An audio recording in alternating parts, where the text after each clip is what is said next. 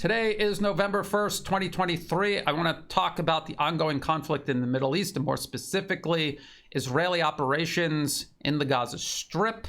I want to turn to uamap.com. I usually use this pro-Ukrainian live map to illustrate what is taking place on the ground in Ukraine. They also have an Israel-Palestine map. Let's take a look. Keep in mind it is a pro-Western platform, but nonetheless, it gives us a clear idea of what is taking place. You could see Israel and the occupied Palestinian territories here, and if you zoom in, you can see just how small Gaza is.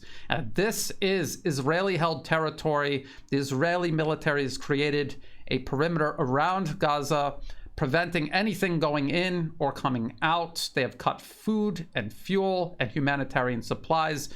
All that is left is this border here between Egypt and Gaza Strip. If we zoom in closer to northern Gaza, this is where Israel demanded a complete evacuation, which was entirely unfeasible and unjustified. And now they have begun their ground incursion. So we see these northern incursions along the coast with the Mediterranean Sea here, elsewhere in the north, and we see this incursion here in the south, which I will get to in just a moment. I want to go over this article here from the Financial Times. This is from October 31st, 2023. Satellite images reveal Israeli forces path into Gaza. Dozens of military vehicles advance into territory already pitted with craters from bombardments. And so you can see this no man's land here. This is what surrounds the Gaza Strip, and this is how Israel controls everything that goes in and comes out of Gaza. And you can see these blue arrows indicating the movement of Israeli forces, and you can see the carpet bombing Israeli warplanes are carrying out. They are destroying built-up urban areas, creating open spaces. In many ways, it's like how the US used Agent Orange in Vietnam to clear out the foliage, except Israel is clearing out people's homes and businesses with human beings inside them so that the Israeli forces can move in, denying Hamas and other militant groups in the area potential fighting positions. But these are not actually Hamas fighting positions. Israel is just destroying them so that they cannot become Hamas fighting positions. Urban combat is very difficult. And so Israel's solution to this is to just flatten the urban terrain, turn it into open terrain where they will have the advantage. Let's continue taking a look at this Financial Times article. We come down here. They circle these areas where there are military vehicles. They are in these bombed out and flattened areas. And if you continue scrolling down, they show you more of the damage where entire blocks have been demolished. And they show you a before and after picture of one of these blocks up close from September 2022, from October 2023. That is indiscriminate bombing. And the article says, satellite imagery published by Planet Labs shows a significant invasion. Dozens of armored vehicles are now at least 5 kilometers inside the territory on the northern outskirts of the Strip's capital, Gaza City. Poised to move deeper towards Hamas's political and military center of power, Israel entered Gaza, which has been controlled by Hamas since 2007, from numerous points in the north and from the east. I will talk about that incursion from the east, cutting off northern Gaza in just a moment. This article is showing you evidence of indiscriminate bombing. This should surprise absolutely no one. This is exactly what Israel announced they would do. From The Guardian, October 10th, 2023. Emphasis is on damage, not accuracy. Ground offensive into Gaza seems imminent. So that was October 10th. The ground operation has begun. And this is what the Guardian article says. It says, Israeli Defense Forces spokesperson Rear Admiral Daniel Hagari made the startling admission that hundreds of tons of bombs had already been dropped on the tiny strip, adding that the emphasis is on damage and not on accuracy. This is a war crime. You're bombing a heavily populated area indiscriminately. You are essentially carpet bombing sections of the built-up terrain, flattening it out to deny the enemy of potential fighting positions at the cost of burying the local population alive in the rubble. Now let's go back and look at the map again.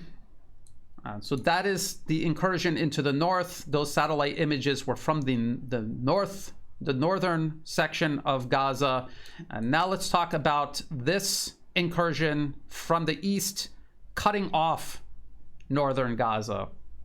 Again, Operation Cast Lead, they carried out a very similar operation. They came in and cut off Gaza City through here in the south, and then they conducted incursions from the north and the east. They also made deep incursions into Gaza City itself. It looks like we're watching a repeat of this, but just at a very more slow and incremental tempo. This Guardian article here talks about this incursion. Israeli forces appear to be advancing on Gaza City from two sides. Witnesses report Salah al-Adin road cut as Israel expands assault in apparent effort to divide Strip in two. And this highway runs from the north of Gaza all the way to the south to the Egyptian border. And the article says Israeli tanks and infantry have advanced on Gaza City from two directions, with tanks reported beyond the main north-south road in an apparent effort to cut the Strip into two. Witnesses said Israeli tanks had advanced to cut the main north-south Salah al-Din road south of Gaza City, were operating on the outskirts of the Zaytun district and Shijaiya neighborhood of Gaza City. That was a neighborhood that was destroyed in 2014 fighting Operation Protective Edge. A video taken by a local journalist was said to show an Israeli tank and bulldozer in central Gaza blocking the main highway and firing on a car, which was seen exploding. And if you watch the video, which I'm not going to show you, it is extremely graphic. The car posed absolutely no threat to the Israeli forces illegally occupying the Gaza Strip, and they fired on it anyway. And this is very similar to what the United States has done in all of the other places it has militarily occupied over the last 20 plus years as part of the global war on terror. During Operation Cast Lead, they conducted a very similar operation. It was much more intense and very quick. It lasted only 3 weeks, and then they called it off. They were not prepared either politically or logistically to carry the operation out completely, to seize and clear and hold northern Gaza. It appears that they are setting a tempo that will make that more sustainable. Whether they can or not remains to be seen. We're already 4 weeks into this current military operation. Just to give you an idea, it is actually just beginning. The ground operation is just beginning in week 4, when Operation Cast Lead in total lasted only 3 weeks. Again, this operation began shortly after the October 7th raids. Israel created a perimeter around Gaza, again, cutting off food and fuel and other humanitarian supplies. And then they began bombing. They demanded the north of Gaza be evacuated of over 1 million civilians. This included evacuating hospitals, which was just simply unfeasible. It could not be done. And then over the past week, Israel's begun ground incursions from the north, along the coast of the Mediterranean, in the north and east, surrounding Gaza City, and then this most recent incursion south of Gaza City to completely cut off the north of Gaza from the rest of Gaza. This will prevent supplies from entering, reinforcements from entering, and it also prevents anyone from leaving that Israel does not want to leave. I had warned in early October, amid the ongoing Hamas raids, that the jubilation over supposed Israeli incompetence, claims that its military was in shambles, and that Hamas had delivered a humiliating defeat to the Israeli military, I had warned that that was entirely premature. I said that they were taken by surprise, whether by design or by chance, that they would regroup, and then they would take a very significant military advantage that they have, and they would turn it against mostly the civilian population of Gaza. I have also warned that claims that Hamas has set a trap for Israel, drawing them into protracted urban combat, that is not necessarily true either. And we can see the way Israel is dealing with this, very different than past operations, pacing themselves so that they have the ability to wait out Hamas and attack only when they feel Hamas has been sufficiently depleted there in northern Gaza. I have talked about the various clocks that are ticking for Israel right now as they carry out this operation. Logistically, they must either achieve its objectives before its ammunition runs out or before manpower and equipment losses begin to mount, or it must conduct the operation at a tempo where they can sustain this operation versus what their own military industrial output can produce, and reflecting the amount of equipment and ammunition the United States can supply Israel as this operation continues. If Israel succeeds in completely cutting off Hamas and other militant groups in northern Gaza, attrition is going to work in favor of Israel. They can get more supplies and reinforcements to where the fighting is taking place. For Hamas, it'll be very difficult. Not impossible, but very, very difficult. And probably not at a rate that can sustain combat operations for any length of time. For Hamas, they have a choice. They can confront Israeli forces now on Israeli terms. They're creating this perimeter. They have sufficient defenses. They have sufficient air power and artillery to support their infantry forces. Hamas can choose to fight them now while Hamas fighters are fresh and fully supplied, or they can wait. They can force Israel to move into the dense urban environment of northern Gaza, find and fight Hamas. However, the Hamas fighters may have deteriorated in terms of fighting capacity as the days, weeks, possibly even months begin to mount as Israel maintains this blockade. Even though I talk about Israeli military and logistical limits, you have to remember that Hamas also has limits. Israel has an economic clock that is ticking. They have 300,000 reservists called up. They have left their civilian jobs. This is going to impact the Israeli economy, whether they go back to their jobs tomorrow or not. The longer they are away from their jobs, the more of an impact this will have economically on Israel. There's also a political clock ticking. I've talked about Israeli sentiment within Israeli society. 65% about a week ago wanted a ground operation to begin. 65% is a majority, but it's not an overwhelming majority. And as the operation drags on and as losses mount, that support is most likely going to reduce. The slower tempo that Israel is conducting this operation with may be an attempt to manage this political unrest that could develop. Doing it so slowly that people really don't notice it. The losses of Israeli forces are taking place, but maybe not at a level that Israeli society will find unacceptable, at least at the moment. And we can take a look at Israeli media. This is the Times of Israel.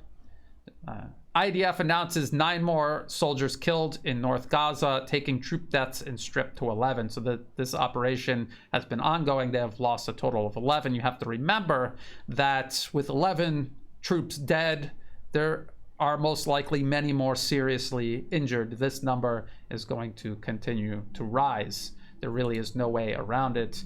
I put the links to all of these articles in the video description below so people can read all of the details provided.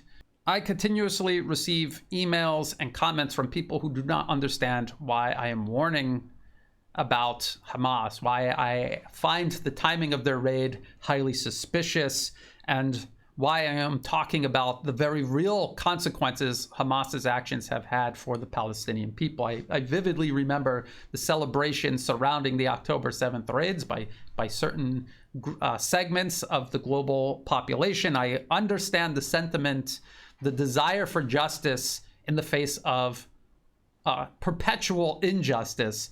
However, I always urge people to separate their emotions from their ability to reason, separate what they want to happen from what is actually happening.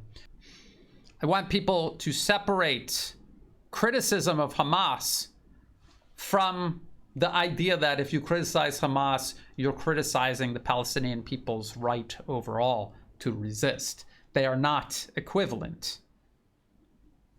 I have myself pointed out that Palestinian people have the right to take up arms under international law and resist Israeli occupation. That is what they are entitled to do under international law. But if you are naive to think that the US and its proxies in the region are above co-opting or creating an opposition group that serves their purposes rather than genuinely opposes them, then I think you're not actually prepared to analyze rationally what is taking place in the Middle East or anywhere else in the world. I want to remind people that Israel itself admits they maneuvered Hamas into power, and more specifically, the current Prime Minister of Israel, Benjamin Netanyahu, he saw Hamas as a way of preventing any sort of chance of negotiating over a two-state solution. Prime Minister Netanyahu and many factions within the Israeli government do not want to negotiate a two-state solution. They want to ethnically cleanse their country of all Palestinians. They want to incorporate seized territory into Israel itself. They do not want to sign on to a two-state solution. The US doesn't want them to either, because that means no more conflict. And if there's no more conflict, there is no more pretext for the US to be in the Middle East militarily. And a lot of the differences that are dividing the region, weakening it, and allowing the US to maintain control over it, a lot of those tensions will be resolved. And we already see them being resolved. We already see Saudi Arabia and Iran, for example, resolving their differences. We see Syria, after almost a decade of being isolated by the Arab world, being welcomed back into the Arab world. This is something that only conflict can prevent, stop, roll back. The US knows this. Hamas has played a direct role in facilitating this. I've talked about how Hamas is an organization stemming from the Muslim Brotherhood. I've talked about how the Muslim Brotherhood for decades have served to advance US foreign policy objectives in the region.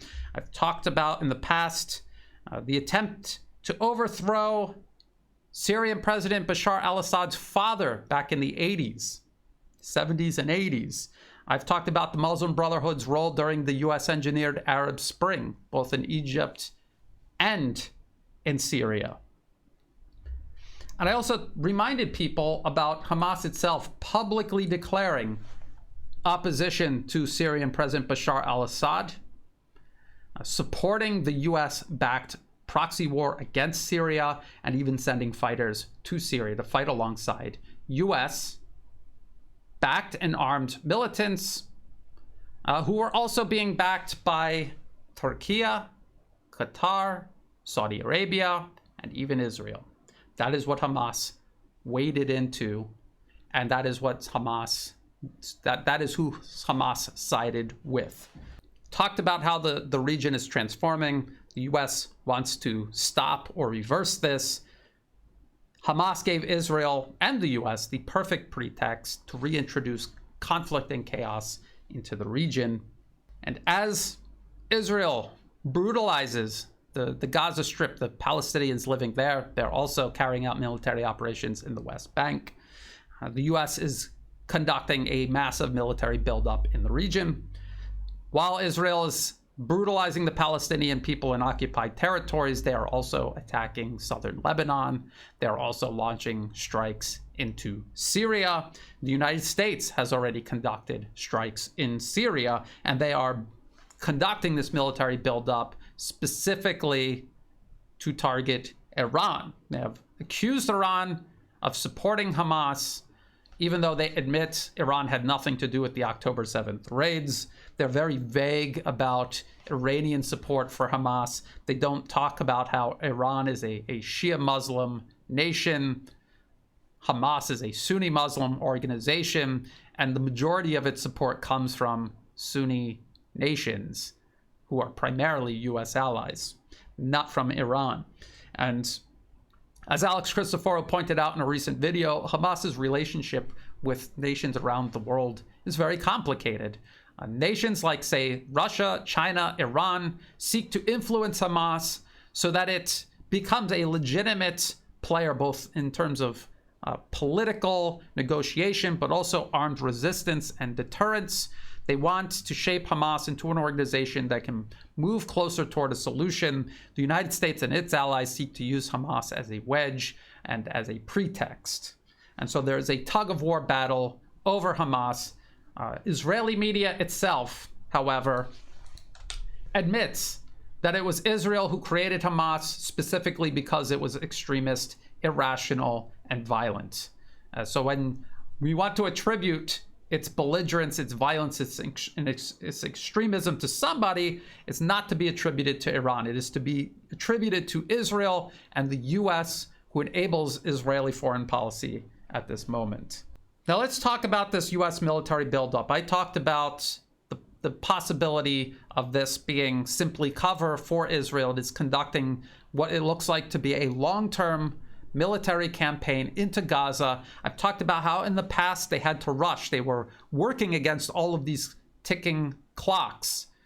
They're still required to do that, but with U.S. military cover, they do not have to worry about how close they're cutting it in terms of logistics, military power, in terms of other contingencies that could pop up. The U.S. is there to cover Israel, to grant them this ability to carry out as long of an operation as necessary, and also to continuously grant them impunity as they do so. But the other possibility is that the U.S.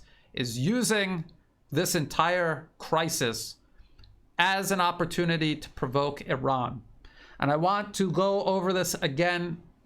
It needs to be continuously repeated until other people begin covering this. This 2009 policy paper from the Brookings institution, funded by the U.S. government, funded by the U.S. arms industry, by big oil, by U.S. big tech, Silicon Valley. They published this paper, Which Path to Persia? Options for a New American Strategy Toward Iran, 2009, and it laid out a very clear policy of attempting to provoke war with Iran, with the ultimate goal of regime change in Tehran, the capital of Iran. And I want to go over this quote again from this 2009 paper, a paper published with funding provided by the U.S. government and U.S. industry. It would be far more preferable if the United States could cite an Iranian provocation as justification for airstrikes before launching them. Clearly, the more outrageous, the more deadly, and the more unprovoked the Iranian action, the better off the United States would be. Of course, it would be very difficult for the United States to goad Iran into such a provocation without the rest of the world recognizing this game, which would then undermine it. One method that would have some possibility of success would be to ratchet up covert regime change efforts in the hopes that Tehran would retaliate overtly or even semi-overtly, which could then be portrayed as an unprovoked act of Iranian aggression. This is what the U.S. had been doing before this paper was written, and what the U.S. had continuously done ever since this paper was published. And not only do they support political opposition groups inside Iran, they also openly talked about supporting U.S. State Department-listed terrorist organizations, supporting and arming them to undermine the Iranian government toward the goal of regime change, eventual regime change. The Mujahideen al-Khaliq, MEK, is one of these terrorist organizations the U.S. sought to use against Iran. I talked about a 2007 article by legendary journalist Seymour Hersh, who talked about how the U.S. was sponsoring and preparing extremist organizations tied to Al-Qaeda and the Muslim Brotherhood, preparing them for a proxy war against Iran. So these are things that had been planned, and these are things that had begun being implemented. These are things that are now well underway of being executed. The U.S. wants to provoke Iran into a war, either directly through a provocation the U.S. itself carries out, or by using Israel. And just so people are very clear about this, there is an entire chapter in this paper titled "Leave It to Bibi, Allowing or Encouraging an Israeli Military Strike." And this is what the paper admits right from the outset of this option. For the United States, the Islamic Republic of Iran has been an enemy for 30 years, one that has sought to thwart U.S. policies in the Middle East, such as advancing the Arab-Israeli peace process and creating stable regional security arrangements. And that is what they're admitting, is that Iran doesn't pose a national security threat to the U.S. It simply obstructs U.S. ambitions in the Middle East, thousands of miles away from U.S. shores. And this claim that Iran is obstructing an Arab-Israeli peace process, that is ridiculous. There is no such genuine process taking place. And when they talk about stable regional security arrangements, they simply mean the U.S. Basing its military everywhere and controlling everything. The paper continues, crisis after crisis has arisen between Iran and the United States, but Iran has never been and almost certainly never will be an existential threat to the United States. So they admit that Iran poses no threat to the U.S. itself. It harbors no territorial designs on the United States, has never conducted a terrorist operation aimed at the American homeland, and even should it acquire nuclear weapons, lacks the delivery systems to threaten the United States directly. And this is a point they make all throughout the paper. Iran acquiring nuclear weapons would be more of a deterrent to protect Iran rather than a weapon they would eagerly use unilaterally and unprovoked against any other nation, whether you're talking about the US or Israel or some other US proxy in the region. Continues, further, its economy is anemic, and even if substantially reformed, will probably never provide the base for Iran to make itself a challenger to the United States on par with Nazi Germany, Imperial Japan, the Soviet Union, or Communist China. Although that could be debated now, Iran militarily and economically is particularly powerful and influential in the region and does challenge at least U.S. influence in the region. Nowhere in the paper do they discuss an unprovoked Iranian nuclear strike. That is not discussed seriously anywhere in the paper because they know that that threat really does not exist. And as a matter of fact, this is what it says. It says Israel's strategic room for maneuver in the region would be constrained by an Iranian nuclear deterrent. Not because Iran is going to launch nuclear weapons at Israel, but simply because they will have nuclear weapons. It'll be difficult, if not impossible, to threaten Iran from that point onward. That would constrain the impunity that the US and Israel and other US proxies in the region currently enjoy. It says the success of Iranian-backed terrorist groups Hezbollah in Lebanon and Hamas in Gaza and the West Bank in the last few years has only added to Israel's concern. Hezbollah is obviously, clearly, admittedly supported extensively by Iran. Hamas, not so much. And Hezbollah's existence is a deterrent against Israel. They fight only the Israeli military.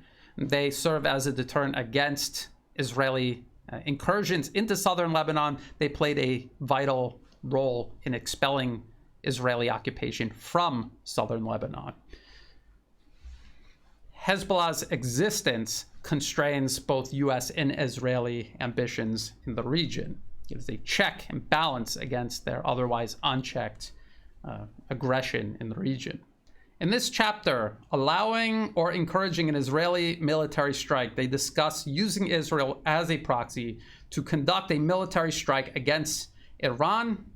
And elsewhere in the document, it admits that an Israeli strike on Iran could trigger a wider conflict between Israel and Iran that could draw in the United States and other countries. And that might be what they're trying to do right now. They're using Israel and this ethnic cleansing of Gaza, northern Gaza. They're using that as almost the ultimate provocation, mixed in with Israeli strikes against Hezbollah in southern Lebanon, Israeli strikes into Syria, possibly upcoming strikes against Iran itself. They're using this to provoke Iran. If this cannot provoke Iran, nothing else will. And I've talked about how elsewhere in this paper, they even admit that Iran has tremendous restraint. Even if attacked unprovoked by the US or Israel, they may decide not to retaliate, which would force the US and Israel to just continue military aggression against Iran with no pretext at all, which is basically what the U.S. has been moving toward anyway. I understand why people are fixated on Israeli operations in Gaza itself, the indiscriminate bombing, the humanitarian catastrophe that is unfolding and expanding, the idea of Israel succeeding in clearing out northern Gaza and displacing over 1 million people permanently, never to return to their homes. Again, I understand why people are laser focused on that, but I do believe we need to zoom out and see the larger threat that looms. As bad as what is happening in Gaza is, the United States has something much worse for the entire region planned, if they're able to. And just to zoom out a little bit more, I have repeatedly talked about how the US is attempting to encircle, contain, and control all of Eurasia. The US is using Ukraine as a proxy against Russia and Eastern Europe. The US is using Israel as a proxy against Iran and its allies in the Middle East. The US is using Taiwan as a proxy against the rest of China. I'm going to be talking about how the US is recruiting the Philippines as a proxy in its united front against China in Asia Pacific. These three fronts, this is where the US is working in an attempt to encircle and contain Russia, China, also Iran. The US may look at its proxy war in Ukraine and see it unraveling. They are looking at China's rise in Asia Pacific and considering how grim their prospects are of fighting and winning a military confrontation there. They may see Iran as their best chance in the Middle East, their best chance of slowing down, stopping, or even reversing this overall pivot away from US-led unipolarism toward multipolarism. So we need to keep a close eye on all three of these fronts. When we are looking at any one of these conflicts, we have to keep the bigger picture in mind. I will continue covering these developments as they unfold. And until then, if you thought this video was useful, please like and share. Think about subscribing. It's free to do. It helps the channel grow. Click on notifications. You will be notified whenever I upload a new video. Please check the video description below for other places you can find and follow my work. I recommend following me on Telegram. I post absolutely everything there, including backups of all of my videos, all of my articles, including articles I may not be allowed to share on YouTube or on Twitter. In the video description below are also all of the links that I referenced in this video, including the Brookings Institution 2009 document, Which Path to Persia. I know it is long and very dry, almost inaccessible academic language used for ordinary people, but they spell everything out in detail, and everything they spelled out in 2009 has since been implemented, or they have attempted to implement it. And finally, also in the video description are ways you can help support my work. I do not monetize my YouTube video. If an ad pops up, feel free to skip it. It's not helping me out at all. If you do want to help support my work, please do so through Buy Me a Coffee and also through Patreon. To everyone who has been helping out, whether it's month-to-month donations, one-time donations, or even if you're just sharing my work with others, that is what makes this work possible. So thank you, and as always, thank you for watching.